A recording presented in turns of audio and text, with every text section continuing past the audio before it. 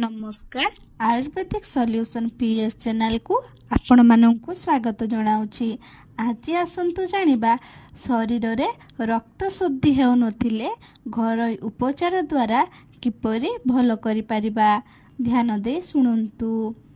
गंधक 10 ग्राम, गोलमरीच चूर्ण 10 ग्राम, हरिड़ा 20 ग्राम, बाहाड़ा 20 ग्राम, अँला 20 ग्राम एकत्र करी सुनारीचार छालीर रसरे मर्दन करी 25 ग्राम ओजनर बटिका करिवे। एही बटिका सकाळे और संध्यारे गोटिए ग्लास पानी रे पीबे। किछि दिन रे रक्त शुद्धि हुए एवं झाड़ा सफा हुए एवं भोक हुए।